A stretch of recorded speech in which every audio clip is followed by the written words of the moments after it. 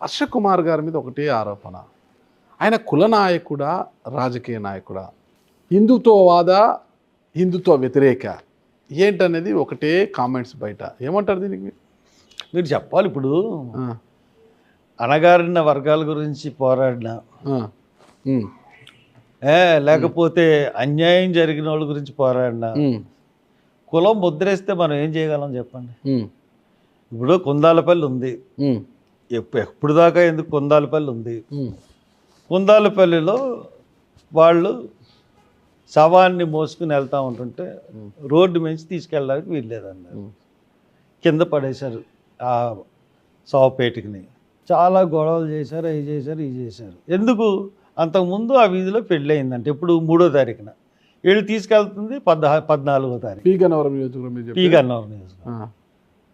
అంటే ఎంత అన్హ్యూమన్ అండి. ఒక దళితుడి శవాన్ని రోడ్డు మీద, పైగా దళితుల డబ్బుతో వేయించిన రోడ్డు మీద తీసుకెళ్ళకూడదంటే తప్పు కదా. ఇక్కడున్న హర్ష కుమార్ గారికి తెలిసిన వాస్తవము అక్కడున్న ఎమ్మెల్యేకి తెలియదు. ఎస్సీ నియోజకవర్గం కదా అది, ఆయన ఎస్సీ ఎమ్మెల్యేనే కదా అక్కడ ఉండేది. మరి ఆయనకి తెలియదు అంటారా? వాళ్ళ అధికార పార్టీ కదా. పాపం వాళ్ళు ఎమ్మెల్యే గారి దగ్గరికి వెళ్ళారు, ఆ, మాట్లాడతానులే.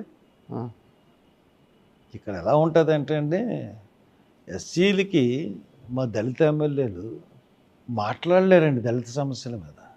మీరు నేను 2004లో అయ్యాను, 2004 నుంచి 2026 24 సంవత్సరాల్లో ఏ ఎమ్మెల్యే అయినా సరే, ఏ పార్టీ వాళ్ళైనా సరే దళిత సమస్యల మీద అసెంబ్లీలో మాట్లాడడం చూసారా? ఎందుకు మాట్లాడలేరంటారు? భయం అండి. మీకు భయం లేదా? నాకు భయం లేదు. ఓకే. కారణం ఇప్పుడు మరి కారణం పీ గన్నవరం ఎమ్మెల్యే భయంతోనే మాట్లాడలేదా? కారణం ఎందుకంటే నేను మాట్లాడితే కాపుల పార్టీలో నేను నెగ్గాను. ఆ, రేపు పొద్దున్న కాపుల పార్టీ టికెట్ ఎవరు నాకు? ఆ, ఆ ఒక్క భయమే నా దగ్గర లేదు.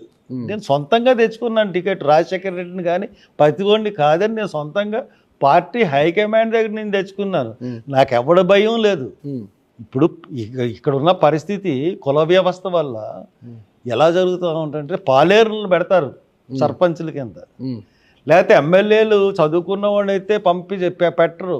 ఉమ్, మొన్న ఈ ఎమ్మెల్యే ఉన్నాడు, ఎవరు, ఒక అమ్మాయిని అరవ శ్రీధర్, అరవ శ్రీధర్. Railway code. అతని కన్నా ముందు పోటీ చేసిన అతను ఒక కంప్యూటర్ ఇదంట. ఇతను బీటెక్కే, కానీ అక్కడ డబ్బులు ఖర్చు పెట్టి రెడ్డి ఎవరు ఇతను ఖర్చు పెడతాను. భాస్కర్ ఎస్సీనే. భాస్కర్ చెప్పింది, భాస్కర్ ఎస్పీ. అతను ఇండివిజువల్గా పైకి వచ్చి డైరెక్ట్గా చాలా well educated. Tata consult, Tata కాదండి, బాగా వెల్ ఎడ్యుకేటెడే కాకుండా డైరెక్ట్గా పవన్ కళ్యాణ్ తెలిసిన అతనికి మానేసి అరవ శ్రీధర్కి ఎందుకు ఇచ్చారంటే, అరవ శ్రీధర్ కూడా బీటెక్కే, కానీ అక్కడ లోకల్ ఉన్న వాళ్ళు అతన్ని స్పాన్సర్ చేశారు. అతనికైతేనే ఎందుకు చేశారంటారు? ముక్కా రూపానంద రెడ్డి గారు చేసింది. ముక్కా రూపానంద రెడ్డి. ఎస్, ఎందుకు చేస్తాడు? అతనికి ఎదురు తిరిగి వాళ్ళు ఎవరన్నా కావాలనుకుంటారా? అనుకో. భాస్కర్ కూడా ఎస్సీనే కదా. భాస్కర్ నాలాంటి మనిషి అయి ఉండాలి. ఓకే. భాస్కర్ రాజానుభావుడు, మంచి అది విద్యావంతుడే కాకుండా మంచి కమ్యూనికేషన్ స్కిల్స్ కూడా బాగుంటాయి. ఇండివిజువల్ గా స్వతంత్రుడు ఇండివిజువల్ గా వచ్చినోడిని ఎవరిని కూడా ఈ పార్టీలు, తెలుగుదేశం అనవండి, లేకపోతే వైఎస్పీ అనవండి, ఏ పార్టీలు కూడా వాళ్ళని రానివ్వు. అంటే పార్టీలు అనొచ్చా, పార్టీలలో ఉన్న అగ్ర కులస్తుల ఆధిపత్యం అనొచ్చా? పార్టీలు అందరూ ఉంటారు కదా వీళ్ళందరూ కూడా. మీకు చూడండి, ఇప్పుడు అది కాంగ్రెస్ అయినా, టీడీపీ అయినా, వైసీపీ అయినా, జనసేన అయినా, బీజేపీ అయినా, వీళ్ళందరూ ఉంటారు. అందరూ ఎస్సీలు ఉంటారు, ఎస్టీలు ఉంటారు, బీసీలు ఉంటారు, అగ్రవాళ్ళు అందరూ ఉంటారు అన్నమాట. ఇక్కడ ఎస్సీల విషయానికి వస్తే పార్టీ అనొచ్చా, అంటే ఆ పార్టీలో ఉంటున్న అగ్ర కులస్తులు అనొచ్చా?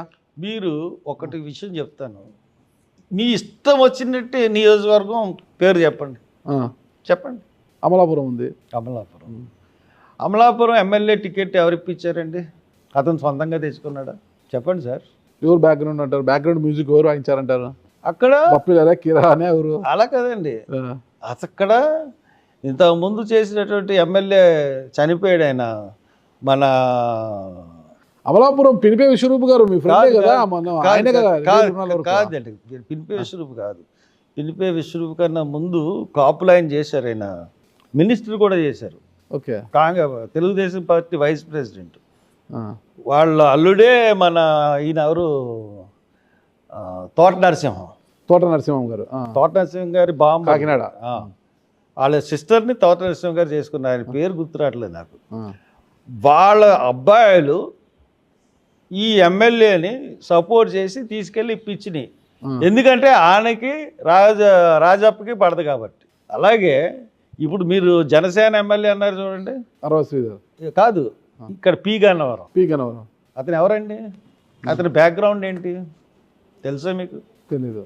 అతను డీజీపీ ఆఫీస్, తెలంగాణ డీజీపీ ఆఫీసులో ఒక పోలీస్ ఆఫీసర్ రిటైర్డ్ అయినా. పోలీస్ ఆఫీసర్ కాదండి, తెలంగాణ డీజీపీ ఆఫీసులో ఒక సూపరింటెండెంట్ కింద రిటైర్ అయిన మనిషి. అంతేగాని అతను పోలీస్ ఆఫీసర్ కాదు. ఇప్పుడు తెలంగాణ అక్కడ ఎంతమంది ఉంటారండి ఎస్సీస్? ఎవరిని మార్చి ఇచ్చారు అతనికి ఎవరిని మార్చి ఇచ్చారు? మహాసేన రాజేష్ని మార్చి అతనికి ఇచ్చారు. కరెక్ట్. మహాసేన రాజేష్కి ఇచ్చారు. రాజేష్ కొంచెం ఎక్కువ మాట్లాడుతున్నాడు అని చెప్పేసి అతన్ని మార్చేసి అతన్ని పెట్టారు. ఎంప్లాయీని రిటైర్డ్ అయిపోయిన వాడిని తీసుకుంటా తెప్పితే పార్టీలు. మీరు తర్వాత రాజోలు నియోజకవర్గం ఎవరండి సార్? రాజోలు నియోజకవర్గం ఎవరండి? ఎక్కడ దాకా వెళ్ళవసరం లేదు. అతను దేవవరప్రసాద్. ఎవరండి అతను? గిడ్డి సత్యనారాయణ. గిడ్డి సత్యనారాయణ. ఇతను దేవవరప్రసాద్. ఎవరండి దేవవరప్రసాద్? ఎవరు?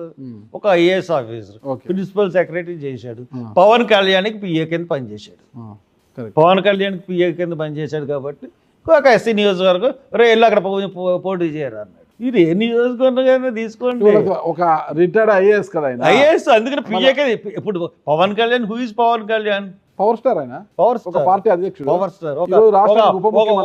ఒక ఐఏఎస్ ఆఫీసర్ ఉప ముఖ్యమంత్రి అవ్వకముందు వెళ్ళి అతను ఊడిగం చేస్తాడా? ఒక పార్టీ అధ్యక్షుడు కదా.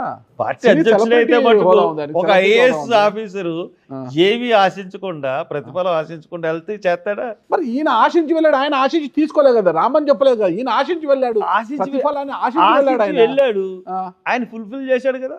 అవును, మంచిదే కదా. ఎందుకు అక్కడ రాజోల్లో ఇప్పుడు తను ఎప్పుడైనా వెళ్ళాడా?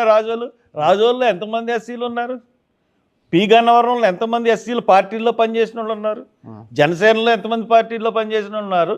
తెలుగుదేశంలో ఎంతమంది పార్టీ పనిచేసిన వాళ్ళు ఉన్నారు? వీళ్ళు ఎవరో కనపడరు. వాళ్ళకి వేల మంది ఉన్నారండి. వాళ్ళకి పనికొచ్చి వాళ్ళకి కనపడిన వాళ్ళని అదే ఓపెన్ కాన్స్టిట్యున్సీలో పార్టీలో పనిచేసిన వాళ్ళకి ఇస్తారు. రిజర్వ్ కాన్స్టిట్యున్సీలో పార్టీ పనిచేసిన వాడికి ఎవరు? వాళ్ళకి చెప్పు కింద ఉన్న వాళ్ళకి ఇస్తారు. అందుకని వాళ్ళు మాట్లాడరు. ఒక ఐఏఎస్ కదా ఆయన. ఐఏఎస్ అయితే ఎవరికండి? పరిపాలన తెలిసిన వ్యక్తి కావాలి. ఐఏఎస్ అయితే మటుకు ఏంటి, అతని దగ్గరికి పిఏ కింద చేశాడు కాబట్టి ఇచ్చారు అతనికి. మన దేశంలో IAS is the most highest post కదా. ఇంకా ఐఏఎస్ అంటే ఐఏఎస్ అంటే ఏమో, ఐఏఎస్ అంటే పెద్ద పెద్ద ఇది అనుకుంటున్నారా? బానిసలు అంటే